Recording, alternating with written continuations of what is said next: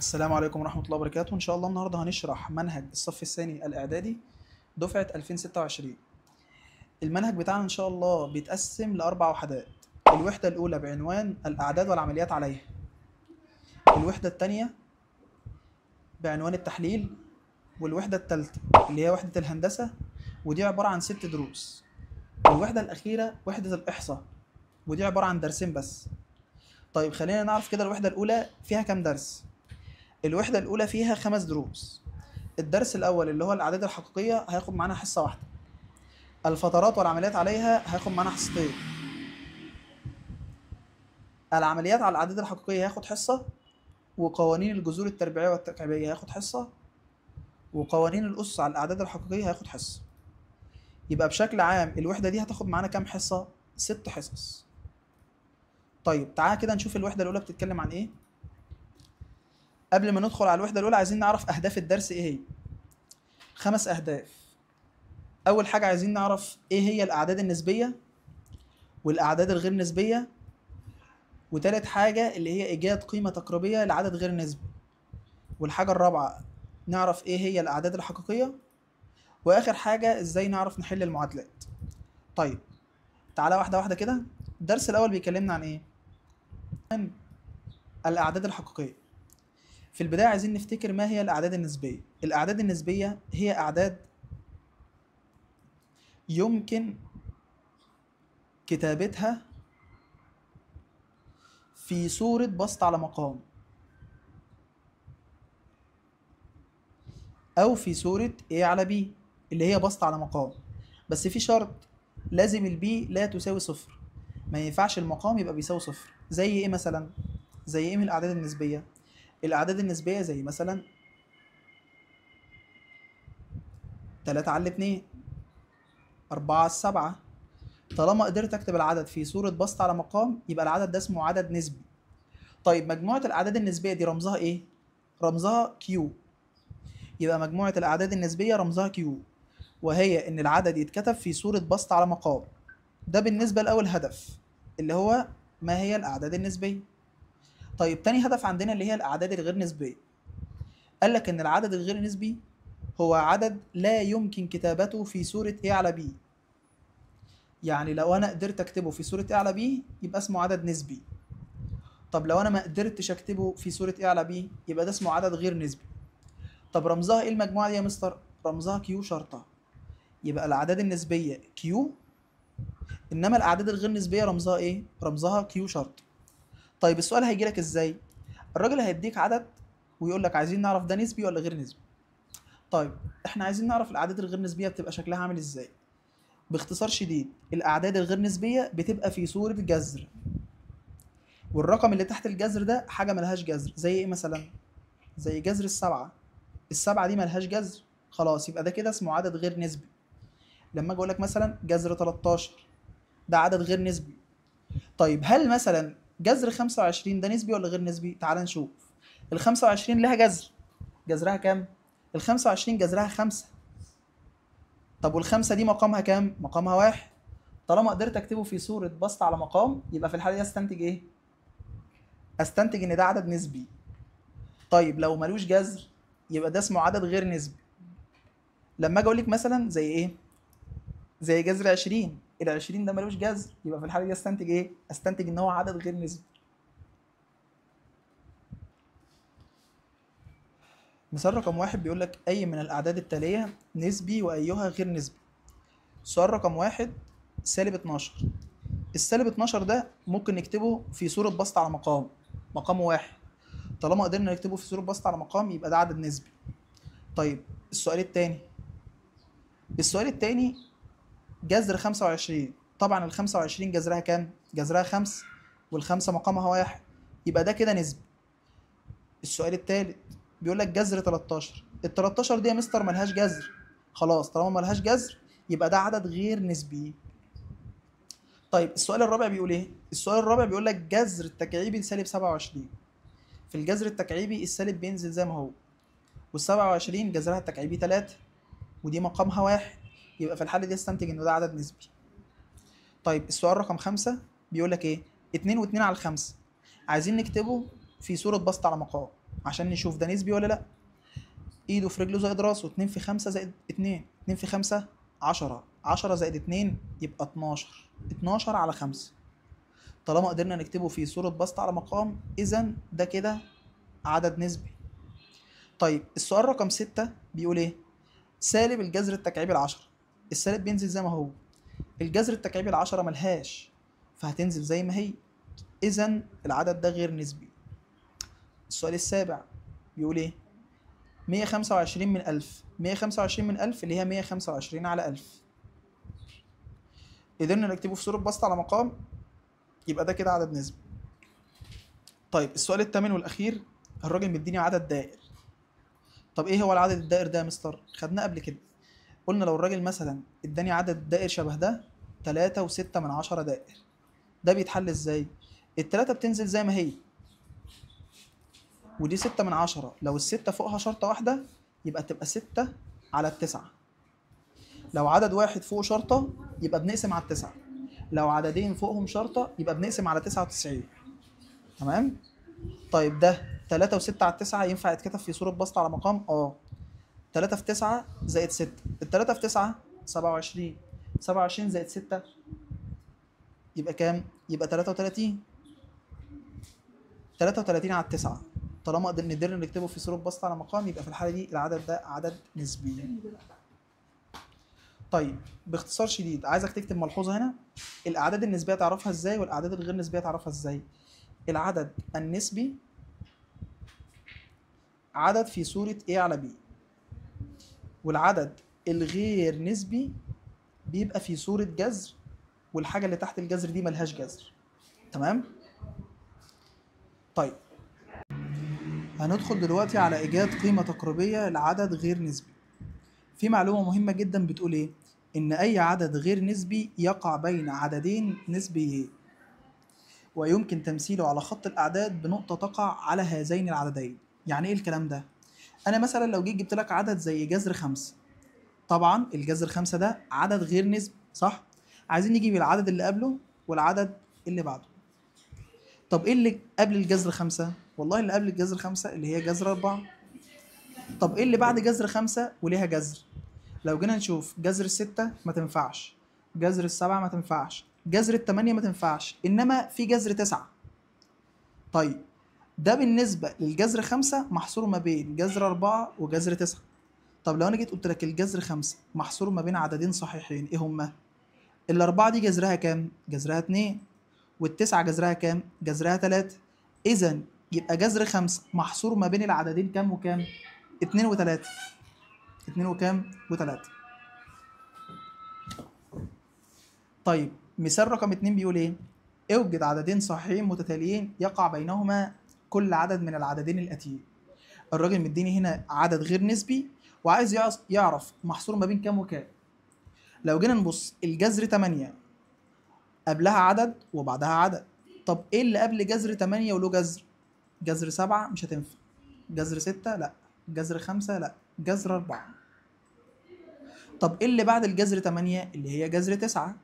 طيب لو جينا نبص الجذر 4 دي اللي هي كام؟ والله يا مستر الجذر 4 اللي هي 2. طب والجذر 9 اللي هي كام؟ اللي هي 3. إذا جذر 8 محصورة ما بين العددين كام وكام؟ محصورة ما بين العددين 2 و3. طب لو أنا حبيت أمثلها على خط الأعداد هعمل إيه؟ هاجي هنا في النص مثلا وأعمل نقطة وأكتب جذر 8. طب يا مستر الجذر 8 محصورة ما بين عددين اللي هم إيه؟ محصورة ما بين جذر 4 وجذر 9. طيب الأربعة دي جذرها كام؟ جذرها 2، والتسعة جذرها كام؟ جذرها 3. يبقى الجذر 8 محصورة ما بين 2 وكام؟ و3. طب هي قريبة لمين؟ هي ال8 قريبة لل4 ولا قريبة لل9؟ ال8 قريبة لل9 صح ولا لأ؟ يبقى في الحالة دي جذر 8 أقرب إلى العدد الصحيح 3. يبقى أقرب إلى العدد 3. طيب لو الراجل جه قال لي مثلا جذر 20، أحط الجذر 20 في النص وأشوف إيه اللي قبله إيه اللي بعده. لو جينا نبص الجذر 20 ايه اللي قبل 20 وله جذر؟ 19 وال 18 وال 17 مش هينفعوا. اللي قبل ال 20 ولها جذر هي ال 16. طب ايه اللي بعد ال 20 ولها جذر؟ اللي هي 25. ال 16 دي جذرها كام؟ والله يا مستر ال16 جذرها 4. طيب وال25 جذرها كام؟ جذرها 5. يبقى في الحالة دي الجذر 20 محصورة ما بين الأربعة والكام؟ وأربعة والخمس. يبقى عايزك تاخد بالك من حاجة، إن لو أنا عندي عدد غير نسبي بيبقى محصور ما بين عددين متتاليين، زي الجذر 20 محصور ما بين الأربعة والخمس، الجذر 8 محصور ما بين الاتنين والتلاتة، كده بالشكل ده. طيب سؤال 3 بيقول إيه؟ سؤال 3 عايز يعرف الجذر 11 محصور ما بين الكام والكام؟ جذر 11 محصور ما بين الكام والكام؟ إيه اللي قبل الجذر 11 ولها جذر؟ الجذر 9. طب وايه اللي بعد ال 11 ولها جذر؟ جذر 16. طيب يبقى الجذر 11 دي اكبر من كام واقل من كام؟ التسعة جذرها 3 وال16 جذرها كام؟ 4.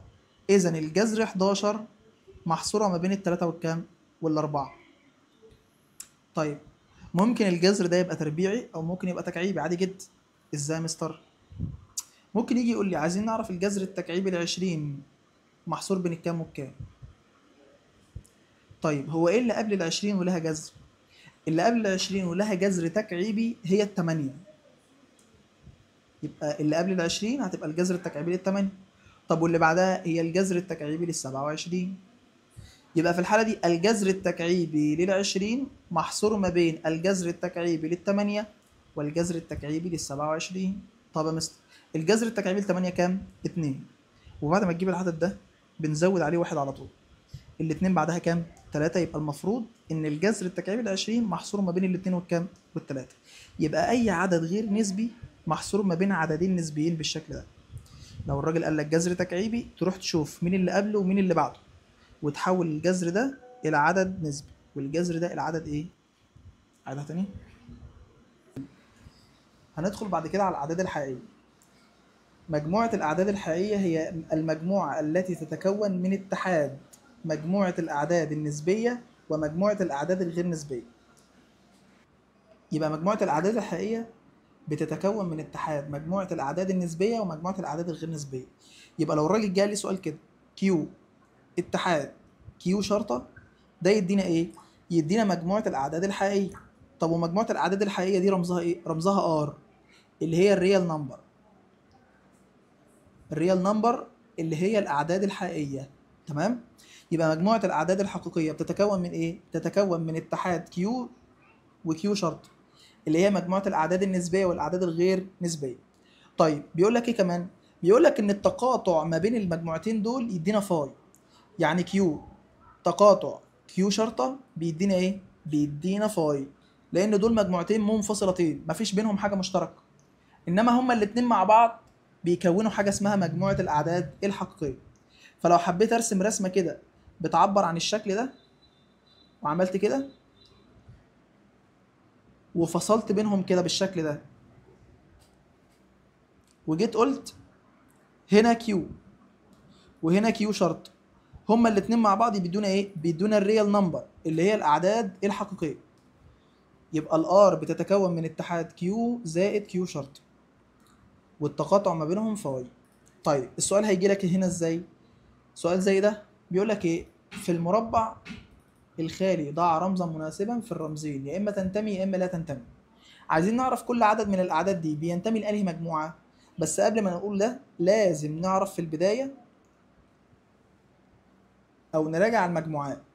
اول مجموعه خدناها اللي هي مجموعه الان، اللي هي مجموعه الاعداد الطبيعيه. ومجموعه الاعداد الطبيعيه دي بتبدا من كام؟ بتبدا من صفر الى ما لا نهايه.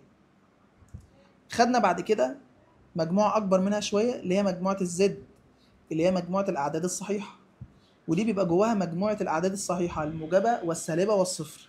فالصفر بيبقى في النص، على اليمين بنكتب الاعداد الموجبه وعلى الشمال بنكتب الاعداد السالبه. يبقى مجموعه الاعداد الصحيحه هي اعداد صحيحه لا يوجد بها اي كسور. خدنا بعد كده اللي هي كيو اللي هي مجموعه الاعداد النسبيه، دي اللي هي بتنتمي ايه بقى؟ بتنتمي زي نص 3 على 4، كل دي اعداد نسبيه، كل دي اعداد ايه؟ نسبيه. طب كيو شرطه اللي هي مجموعه الاعداد الغير نسبيه اللي هي بتبقى في صوره جذر، زي مثلا جذر 5 جذر 11، كل دي اسمها اعداد غير نسبيه. طيب وخدنا اخر مجموعه خدناها النهارده اللي هي مجموعه الاعداد الحقيقيه اللي هي بتتكون من اتحاد كيو، اللي هي اتحاد كيو وكيو شرط.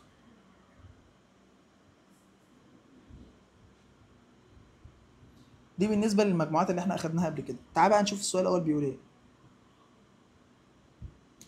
الراجل بيقول لي في السؤال ده 63 من 100 دائر هل ينتمي لكيو شرطه؟ والله يا مستر 63 من 100 دائر ممكن نكتبه كده 63 على 99.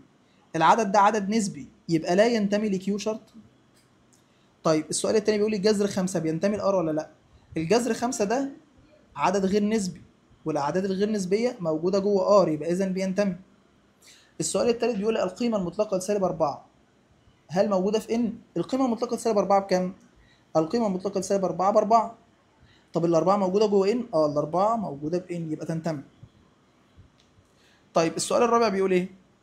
الجذر التكعيبي ل 3 و3 على 8 بينتمي لزد ولا لا؟ طيب تعال نبسط الكسر اللي جوه ده.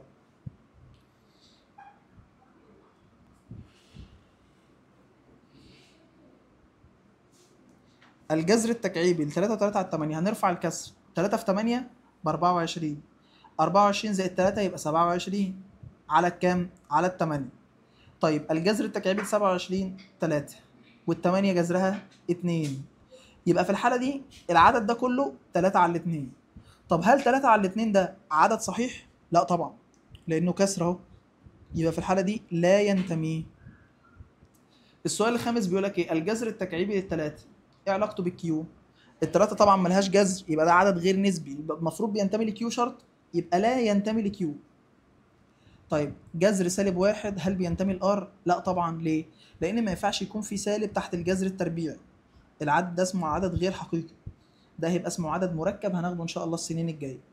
يبقى هنا لا ينتمي لار. يبقى اي عدد تحتيه جذر، اي عدد تحت الجذر لو العدد ده عدد سالب يبقى لا ينتمي لار. معلومه مهمه جدا. اخر جزئيه في الحصه اللي هي ايه؟ حل المعادلات. الراجل بيقول لي ايه؟ اوجد مجموعه الحل كل من المعادلات الاتيه في كيو شرط. السؤال الاول 3 اكس اس 2 ناقص 7 بتساوي 8. تعال نكتب المعادله عشان نحلها. 3 اكس اس 2 ناقص 7 بتساوي 8 هنحلها ازاي؟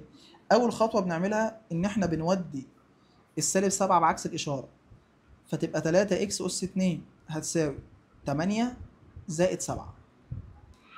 يبقى 3 اكس اس 2 هتساوي 7 و8 15. عشان احسب الاكس هقسم على اللي جنبها، هقسم هنا على 3 واقسم هنا على 3. يبقى اكس اس 2 هتساوي 15 على 3 فيها كام؟ فيها الخمسة.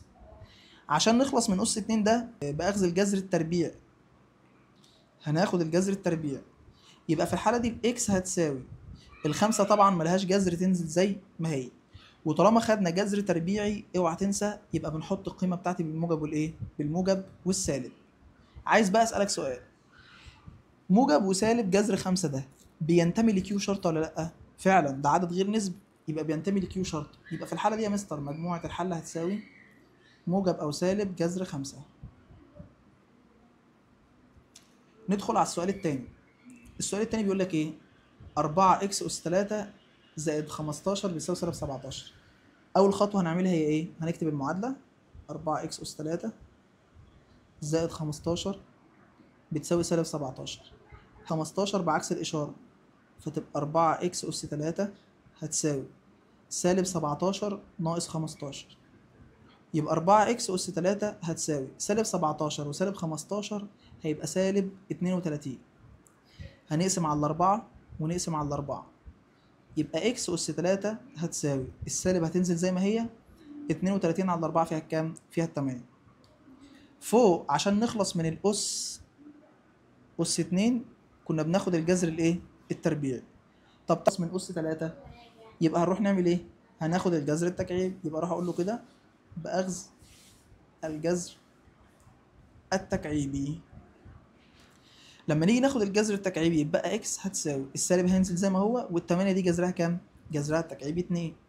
طيب هو الراجل عايز مجموعة الحل في كيو شرطة. طب هل العدد ده عدد غير نسبي؟ لا، لأن سالب 2 ده عدد نسبي يبقى في الحاله دي مجموعه الحل في كيو شرطه هتبقى فاي. تمام. السؤال التالت بيقول ايه؟ عايزين نحل المعادله دي، نص اكس اس 2 زائد 1 بتساوي سالب 4. الراجل بيقول لك الاكس بتنتمي لار. الاكس بتنتمي لايه؟ لار، اللي هي مجموعه الاعداد الحقيقيه.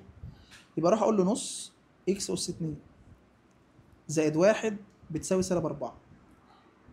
موجب 1 هيروح بعكس الاشاره، يبقى نص اكس اس 2 هتساوي سالب 4 ناقص 1. يبقى نص اكس اس 2 هيساوي سالب 4 ناقص 1 يبقى سالب 5. عشان اخلص من النص ده بضرب في معكوس الضرب، يبقى هضرب هنا في 2 واضرب هنا في 2. لما اضرب هنا في 2 ده هيطير مع ده، يبقى اكس اس 2 هيساوي سالب 5 في 2، سالب في موجب بسالب، و5 في 2 بكام؟ ب 10. عشان اخلص من اس 2 هروح اعمل ايه؟ باخذ الجذر التربيعي. باخذ الجذر التربيعي. لما نيجي ناخد الجذر التربيعي يبقى الاكس هتساوي جذر سالب 10. طب هل ينفع يبقى في سالب تحت الجذر التربيعي؟ لا طبعا. يبقى في الحالة دي مجموعة الحل برضه فاي، لأن العدد ده عدد غير حقيقي لا ينتمي لآ.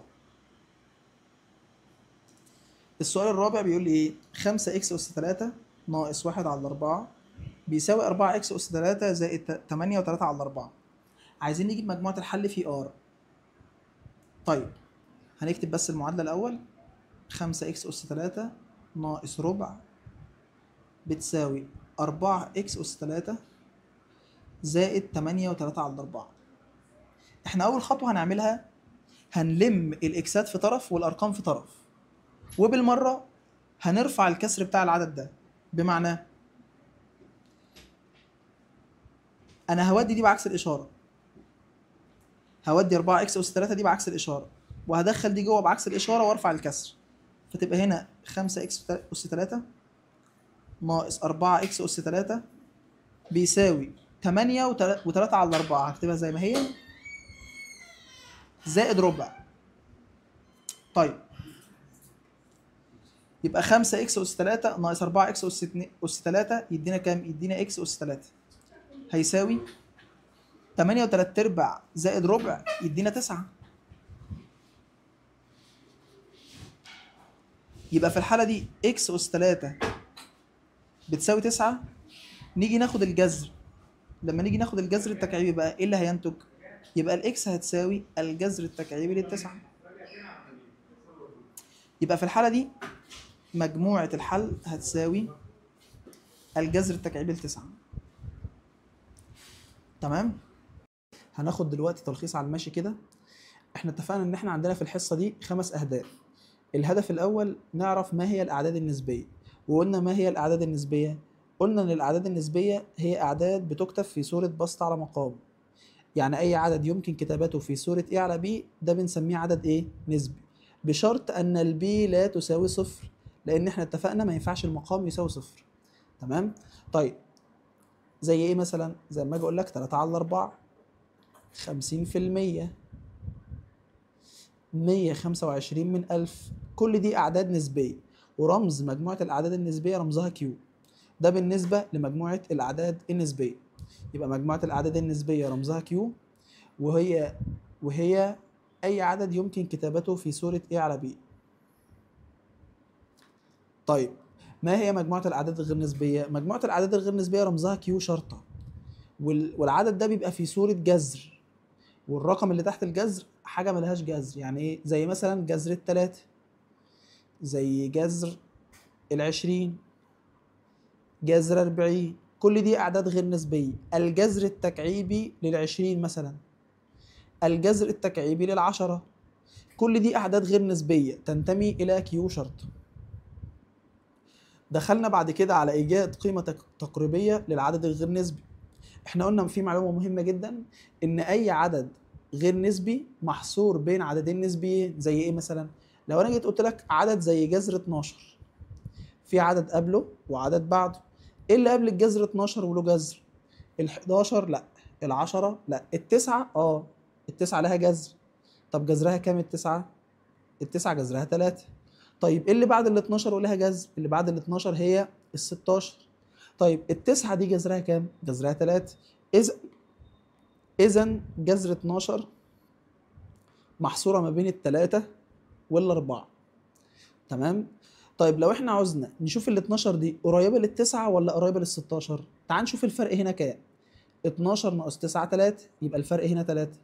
طيب الفرق هنا كام؟ 16 ناقص 12، الفرق هنا 4. فالجذر 12 أقرب لجذر 9، يعني الجذر 12 قريب للتلاتة. تمام؟ دخلنا بعد كده على حاجة اسمها الأعداد الحقيقية، وقلنا إن مجموعة الأعداد الحقيقية رمزها R، ودي بتبقى عبارة عن إيه؟ دي بتبقى عبارة عن اتحاد مجموعة الأعداد النسبية مع مجموعة الأعداد الغير نسبية، اللي هي Q اتحاد Q شرطة. لو Q اتحاد Q شرطة، الاتنين دول لو اتحدوا مع بعض هيدينا مجموعة اسمها مجموعة الأعداد الحقيقية اللي هي R. وقلنا إن التقاطع ما بين المجموعتين دول التقاطع بينهم إيه؟ التقاطع بينهم فاي. وقلنا إن المجموعتين دول مجموعتين منفصلتين عن بعض. تمام؟ هما الاتنين مع بعض بيكونوا حاجة اسمها مجموعة الآر اللي هي مجموعة الأعداد الحقيقية. يبقى الكيو اتحاد كيو شرطة بيكونوا الإيه؟ الآر اللي هي مجموعة الأعداد الحقيقية. دخلنا بعد كده على حل المعادلات. لو الراجل جاب لي معادلة زي دي، إكس أس 2 زائد 3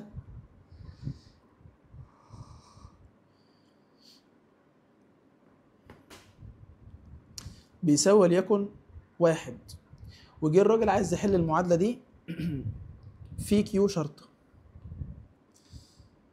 طيب هنحل المعادلة دي ازاي؟ هنودي التلاتة بعكس الإشارة، يبقى إكس أس 2 هتساوي 1 ناقص 3. يبقى إكس أس 2 هتساوي 1 ناقص 3 بكام؟ بسالب 2. عشان أخلص من الاتنين ده هعمل إيه؟ هروح أقول بأخذ الجذر التربيعي. هاخد الجذر التربيعي للطرفين. لما اجي اخد الجذر التربيعي للطرفين يبقى الاكس هتساوي جذر سالب 2. طب هل ينفع يكون في سالب تحت الجذر التربيعي؟ لا طبعا، وبالتالي مجموعة الحل فاي. يبقى مجموعة الحل هنا ايه؟ فاي.